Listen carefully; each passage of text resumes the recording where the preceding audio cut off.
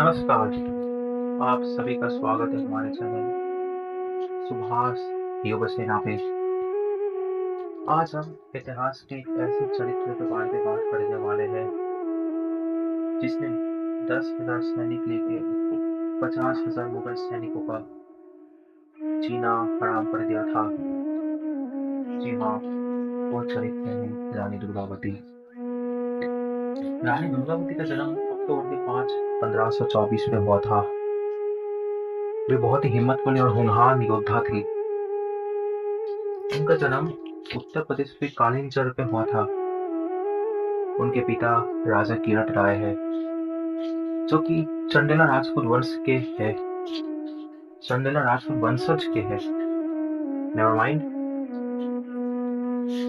और रानी दुर्गावती कालिंजर पे ना अपना घुड़सवारी, तलवार चलाना और रणनीति विद्या सीख ली थी।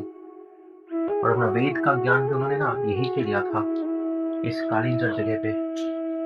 वैसे मैं आपको बता दूं कि ये जो चंदेला राजपूत वंश है ना, इस वंश ने खाजुराहो शिव मंदिर का स्थापना किया था मध्य प्रदेश पे। और ये जो चंदेला राजपूत वंश है, ये विख्यात था अपने कॉम्प्लेक्स आर्किटेक्चर स्ट्रक्चर के लिए। तो भी हो, रानी अपने संत बहुत ही ज्यादा सम्मान करती थी। इतना सम्मान करती थी, वो आपको लास्ट पे पता चलेगा। तो रानी दुर्गावती का उसके बाद जब उनका उम्र कुछ 22-23 कुछ होगा, तब उनका शादी हुआ दलपत शाह के साथ। अब दलपत शाह कौन है? देखिए, दलपत शाह गोंडवाना के राजा संग्राम शाह के पुत्र है। उनके साथ रानी की शादी हुई, ठीक है। और गोंडवाना वैसे उस समय एक ट्राइबल किंगडम था, आदिवासियों के सबसे ज्यादातर जगह था, ठीक है। आदिवासी मतलब ठीक बोलना अच्छा नहीं होगा, तब मिक्स थे, आदिवासी भी थे और हमारे सिंधु सभ्यता के लोग भी थे। सिंधु में इसलिए बोल रहा हूँ कि आज हम हिंदू हिंदू हिंदू करते हैं ना, ये हिंदू टर्म एक पर्शियन टर्म है। सिंधु से हिंदू हुआ है, अंग्रेज लोग सिंधु से हिंदू करा है इसको। सच में तो हमारा एक सभ्यता है जिसका नाम है सनातन। तो भी उसके बारे में मैं बातें चर्चा करूंगा। तो रानी दलपत शाह की शादी के बाद उन दोनों ने मिलके अपने गोंडवाना के राज्य को सनातनी संस्कृति एक राज्य बनाया। राजा के जीवित कालीन भी रानी और राजा मिलकर बहुत सारे मंदिर का निर्माण किया, ठीक है। पर दुख की बात यह है कि राजा शादी के कुछ साल बाद ही देहांत हो गया। ऐसा नहीं कि राजा को किसी ने मर्डर कर दिया या फिर कोई कॉन्स्पिरेसी के तहत उनका मृत्यु हो गया किसी युद्ध में। उनका मृत्यु के कारण है उनको एक बीमारी हुई थी, जिसके कारण उनकी मृत्यु हो गई। तो राजा की मृत्यु के बाद रानी ने अपने 3 साल के बेटे वीर नारायण के नाम पे अपना राज्य को नाम दिया और सत्ता को संभाला। रानी जब अपने सत्ता को संभाल रही थी, उस समय उन्होंने अपना जो जुडिशियल सिस्टम था ना, गीता हमारे वेद उपनिषद की धारा के आधार पे बनाया था पूरा। समझ सकते हैं आप कि कितना मतलब डिवोटेड थी वो अपने संस्कृति के ऊपर। अच्छा, उसके बाद उन्होंने बहुत सारे वाटर रिजर्वॉयर भी बनाए थे, बहुत बहुत वाटर रिजर्वॉयर, ताकि गांव के जो लोग हैं ना, उस किंगडम के जो लोग हैं ना, वो कहीं पानी के असुविधा से ना जूझे, इसलिए उन्होंने बनाया था। ये वही रानी है, रानी दुर्गावती, ये वही रानी है जो अकबर के जनरल असफ खान के 50,000 सैनिकों में से 1,000 को अपने तलवार से धड़ाधड़ काटा था। एक दिन धड़ाधड़ काटा था, मतलब आप कल्पना नहीं कर सकते। तो जब साल 1564 था, तब उन्होंने बंदकपुर वाला युद्ध लड़ा था, जो कि असफ खान के विरुद्ध पे था। देखिए, उस समय तो मुगल अपना इन्फ्लुएंस पूरे भारत पे करना चाहते थे और गोंडवाना उनमें भी एक टारगेट था, ठीक है। गोंडवाना असफ खान मतलब जो अकबर का जो जनरल, उसका टारगेट यही था कि टेरिटरी भी मिलेगा और ये जगह रिसोर्स से भी भरपूर है, फायदा भी होगा। एक तीर से दो निशाना, इसने यही सोच के आ गया 50,000 सैनिक लेके। रानी भी तो नहीं चुपचाप बैठेगी, रानी भी अपने गोरिल्ला टैक्टिक्स का प्रयोग किया था। तो असफ खान का सेना सब पहाड़ पे चढ़ के घने जंगल पे प्रवेश किया ना, तभी रानी अपने 10,000 सैनिक को लेके युद्ध के मैदान पर उतर गई और घमासान युद्ध हुआ। घमासान मतलब असफ खान का जो 50,000 मुगल सैनिक था ना, उसमें 26,000 तो एकदम भगवान का प्यारा हो गया। रानी ने एकदम धड़ाधड़ चल तलवार चल धड़ाधड़, मतलब आप कल्पना नहीं कर सकते कि कैसे उन्होंने तलवार चलाया। एकदम धड़ाधड़ तलवार चलाया उन्होंने। रानी को कैसे तलवार चलाया ना कि मुगल वहीं पे कांप रहे थे देख के कि ऐसा कोई नारी तलवार चला सकता है। वो बहुत ही चौंक गए थे उस समय। अजब खान खुद भी चौंक गए थे। उसने सोच ही रहा था कि वो रिट्रीट करेगा, पर दुख की बात यह है कि रानी के साइड के भी सेना बहुत सारे मारे गए और due to lack of soldier रानी के पास दो ही उपाय थे, आइदर सरेंडर करो या फिर खुद को मार दो। तो रानी ने सोचा कि वो अपना ही जीवन अपने ही हाथ से ले लेंगी। उसके बाद उन्होंने वीर गति को प्राप्त किया। अपने ही तलवार से उन्होंने अपने खंजर पे मार के अपने आप का ध्यान कर लिया। उसके बाद उनके बेटे वीर नारायण ने 3 दिन युद्ध को संभाला। उसके बाद वो टिक नहीं पाया और दुख की बात यह है कि गोंडवाना मुगलों के हाथ पे आ गया। पर एक चीज हम देख सकते हैं, अगर रानी दुर्गावती के पास अगर आर्मी स्ट्रेंथ अगर ज्यादा होता तो मुगलों का आर्मी को कुचल देता, बुरी तरह से कुचल देता।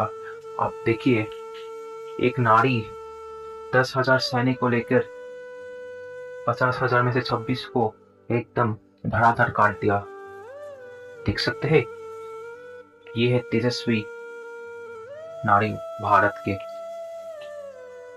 आज हमारे भारत के नारी वेस्टर्न कल्चर सिनेमा देख के अपने आप का बुरा हालत बना रहे हैं।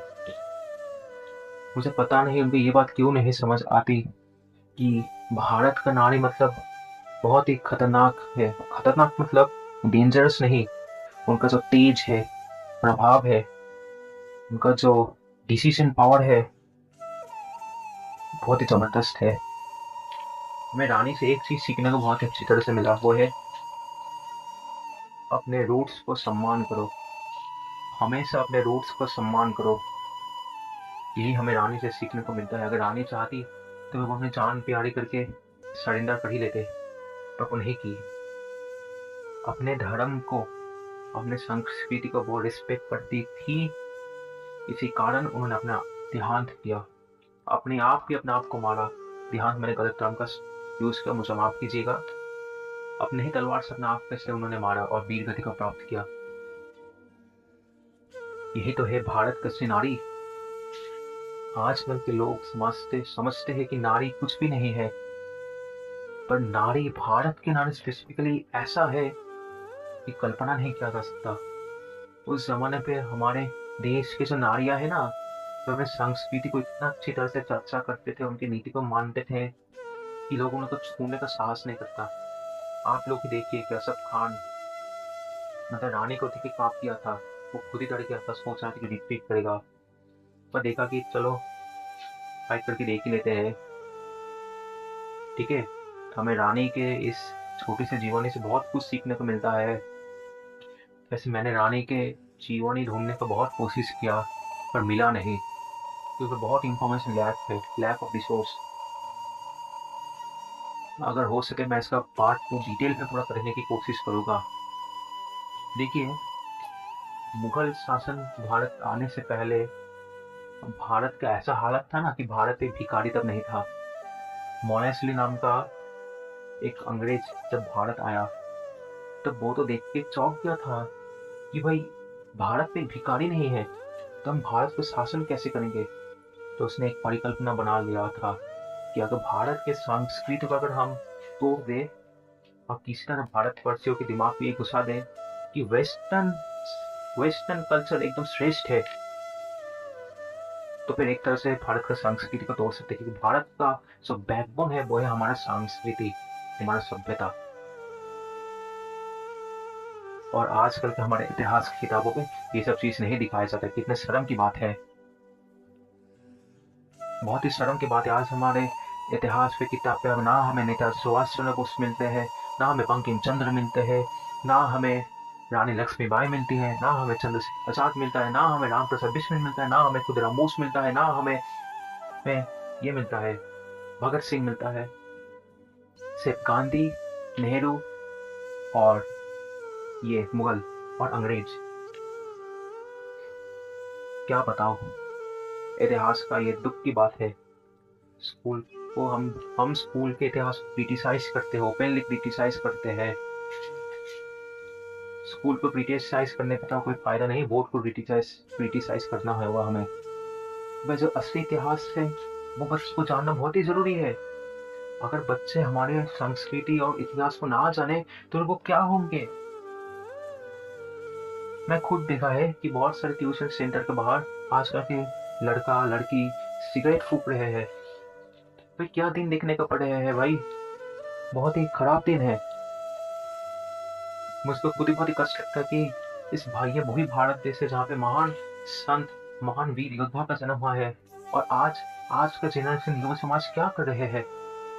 मैं युवा समाज को कोई दोष नहीं दूंगा, मैं दोष उन्हें दूंगा जो उनको गाइड नहीं कर रहे हैं, असली इतिहास में हमको जानने दे रहे हैं। अगर एक बार उनको अगर असली इतिहास पता चलने को लगेगा ना तो फिर इंटरेस्ट ऐसे ही आ जाएगा। मैं आपको ही कह रहा हूँ, मेरे इस चैनल का संकल्प यही है कि सच्चा इतिहास आप सभी को बताओ। भारत का जो सभ्यता है, जो संस्कृति है, आप सब हम सबको जान सके, है ना।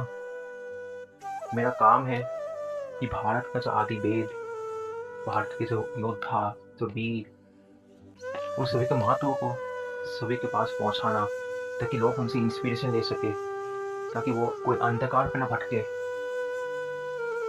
लोग मोटिवेट हो। यही मैं चाहता हूँ। बस आज के लिए इतना ही। अगर आपको वीडियो पसंद आया तो फिर लाइक और सब्सक्राइब जरूर करना।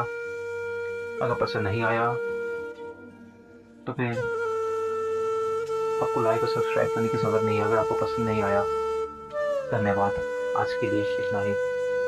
हम अपने अगले अध्याय पे रानी रासमणी के बारे में बात करेंगे।